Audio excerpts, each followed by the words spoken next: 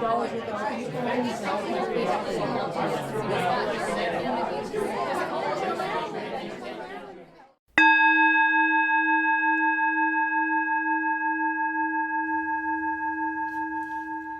morning and welcome to the Holston Valley Unitarian Universalist Virtual Church. I'm so glad we could gather together today, although we cannot yet be together. My name is Beth Calvert and I serve the church on the Religious Services Committee. And just a note on these virtual services. They are recorded almost a week in advance. We try to be as current as we can with our material, but events may and seem to move faster than we can address them. Our worship leader is a dear friend of our church, Marina Munjal. Marina and her husband Ramesh and their 4 lovely, lively children moved to the Tri-Cities area in 1995. Marina has been instrumental in establishing the Appalachian Dharma Center, which is now located in Johnson City, though it had its first 10 years at our church. She regularly leads groups at the Dharma Center and also speaks with medical students and other groups about mindfulness and nonviolent communication. Her message today is about gratitude, a practice for all people and all times. During these challenging months, probably more pertinent than ever. Thank you, Marina, for leading us today, and welcome. We light this small flame for you, the funny and the fierce, the frightened and the forgotten, that each will be celebrated, folded into the great heart of love which created all. Our virtual choir brings us Find a Stillness to welcome the quiet of our morning together. There's a haunting old Transylvanian hymn tune. Find a stillness, hold a stillness, let the stillness carry me. Find the silence, hold the silence, let the silence carry me. In the Spirit, by the Spirit, with the Spirit giving power, I will find true harmony.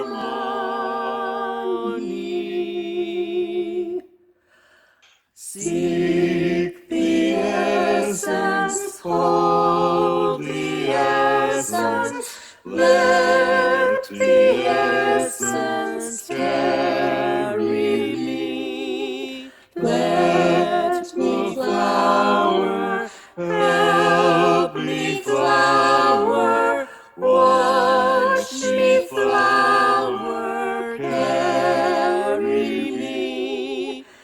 In the Spirit, by the Spirit, with the Spirit giving power, I will find true harmony.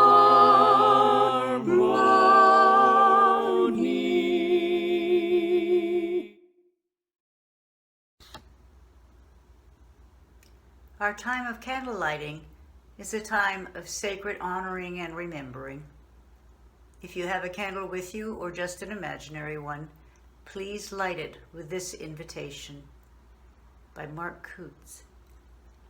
When love is felt or fear is known, when holidays and holy days and such times come, when anniversaries arrive by calendar or consciousness, when lives are born or people die, when something sacred sensed in soil or sky.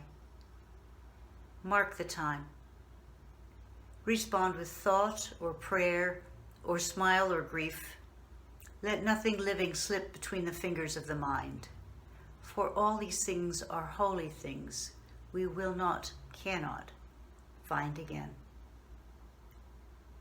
We will sing Loving Kindness next.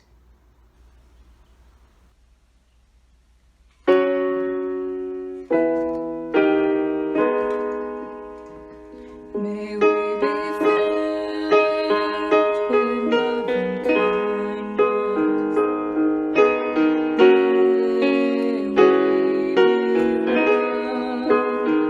May we be loved. May we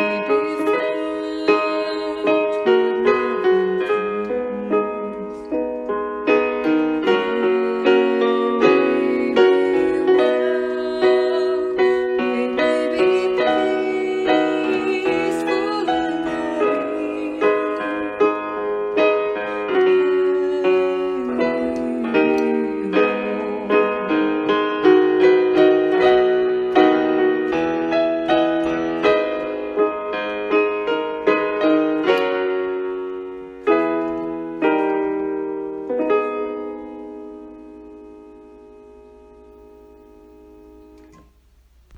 Good morning and welcome.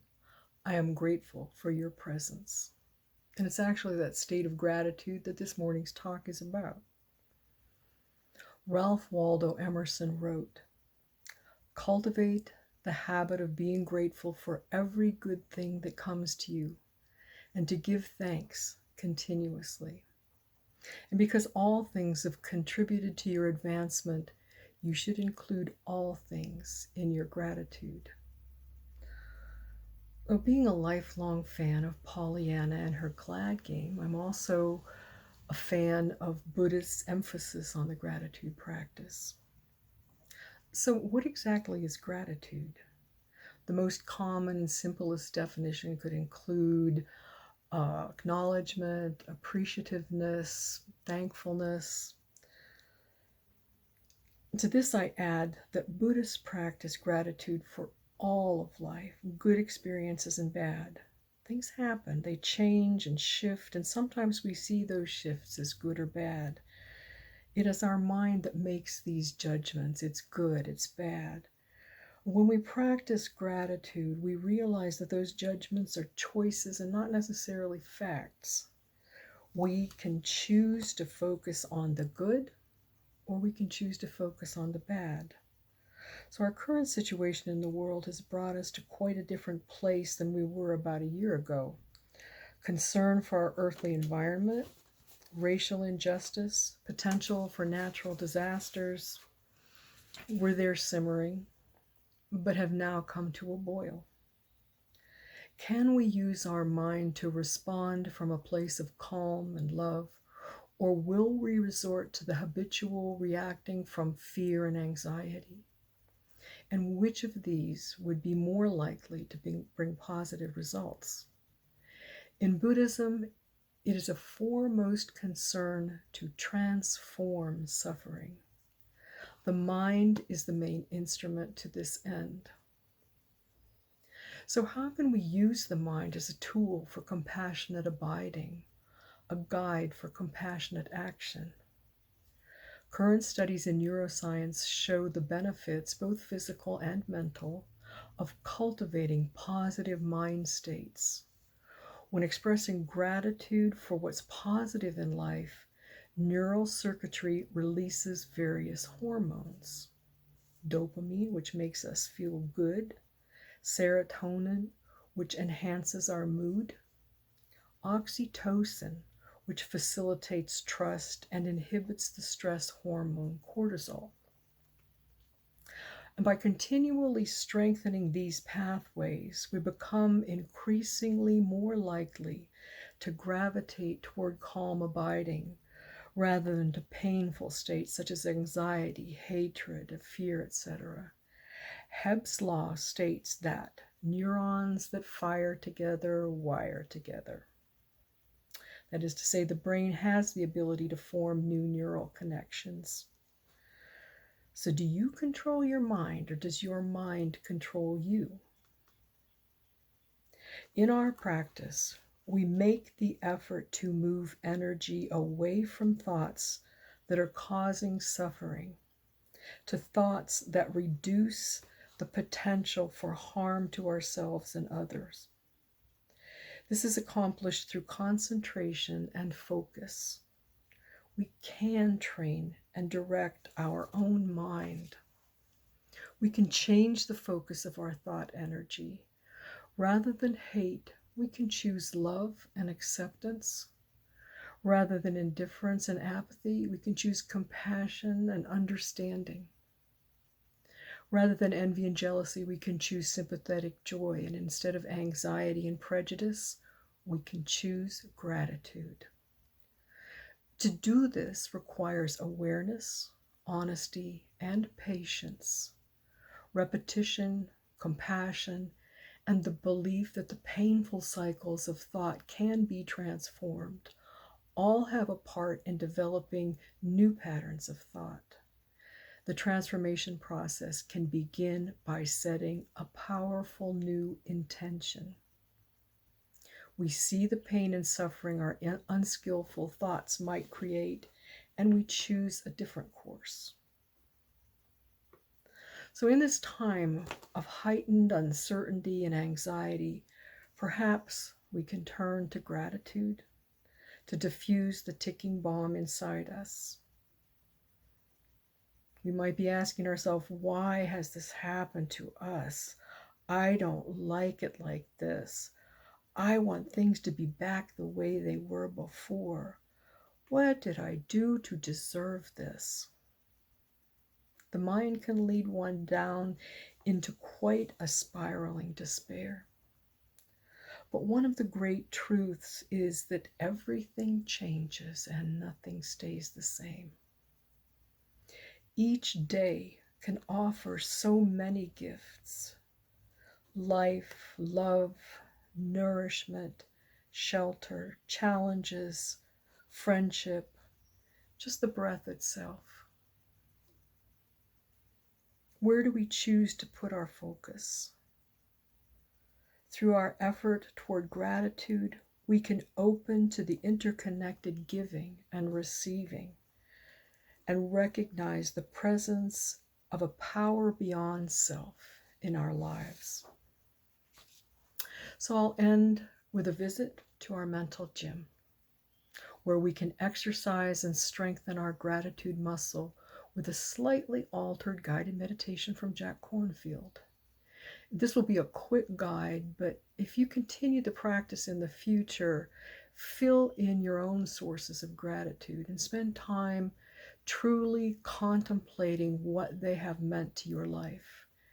And its most basic, gratitude meditation is all about taking time to reflect on the blessings in your life, as well as the things which do not necessarily seem good, but are still part of who you are. So I'll ring the chime to begin the meditation and ring the chime to end the meditation.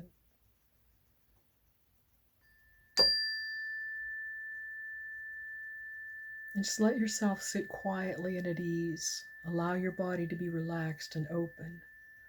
Close your eyes if you're comfortable doing so, and let your breath be natural and your heart easy. Begin the practice of gratitude by feeling how year after year you have cared for your own life. And now let yourself begin to acknowledge all that has supported you in this care.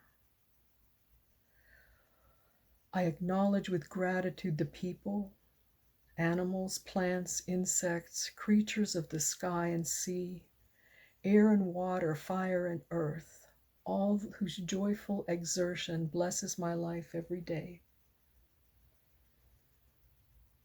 I acknowledge with gratitude the care and labor of 1,000 generations of elders and ancestors who came before me.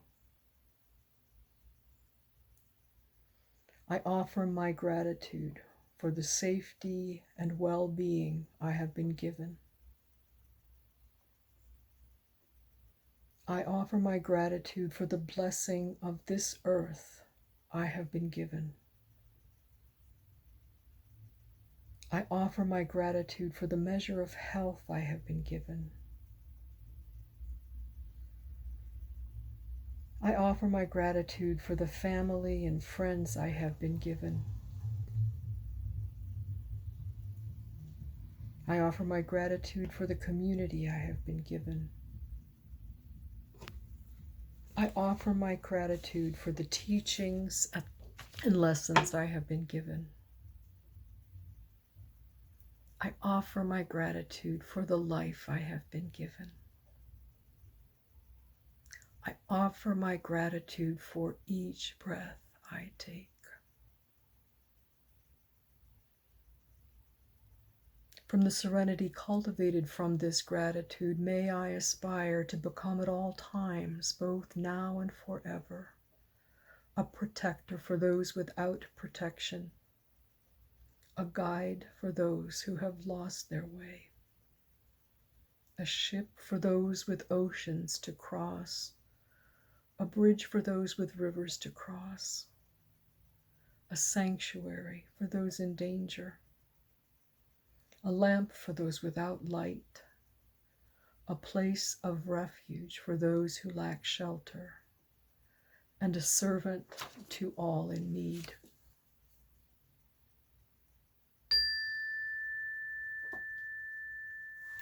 Thank you.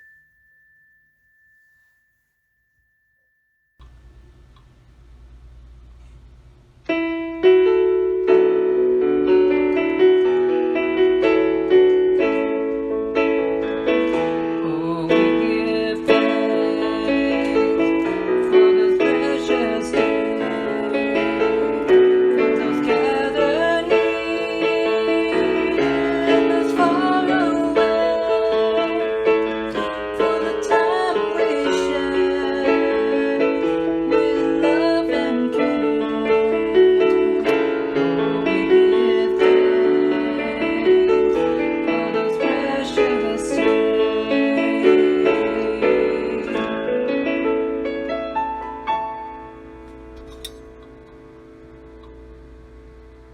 As we extinguish our chalice, our closing words come from W.E.B. Du Bois, a noted Black intellectual and leader, and founder of the NAACP, who lived from 1868 to 1963. Now is the accepted time. Not tomorrow. Not some more convenient season. It is today that our best work can be done, and not some future day or future year. Today is the seed time. Now are the hours of work, and tomorrow comes the harvest and the playtime. Hello, I'm Bradley, a new name and face for many of you. I'm a recent recruit to the Religious Services Committee, and I'm delighted to spend time with you today. We will post another pre-recorded virtual church service next Sunday. Please keep in mind that our services are recorded in advance, and sometimes events move forward without us. However, you can stay up to date on all information related to social justice issues, local events, inspiration, and content for all ages on our Facebook page. Our postlude was written and performed by our own Carrie McConnell. In it, she asked, "Can we hear it now?" As you make your way through the week, remember these words. You are good. You are loved. We could all use a little work, and we're all in this together. Nothing left to say except yay, church!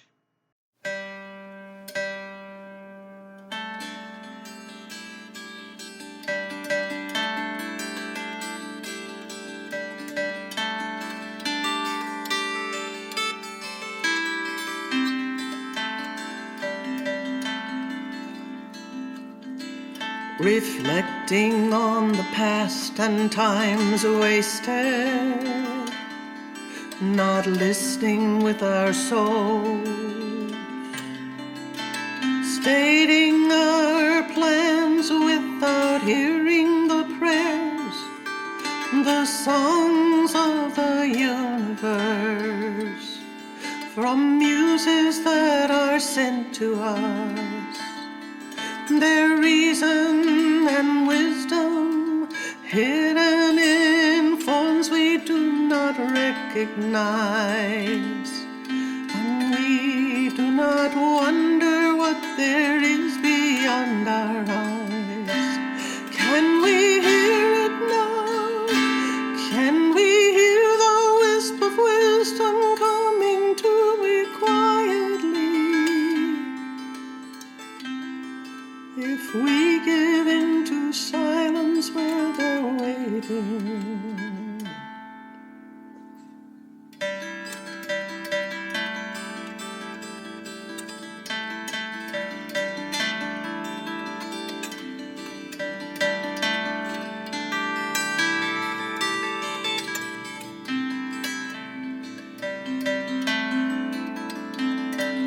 How much we miss of life, how much there is to gain.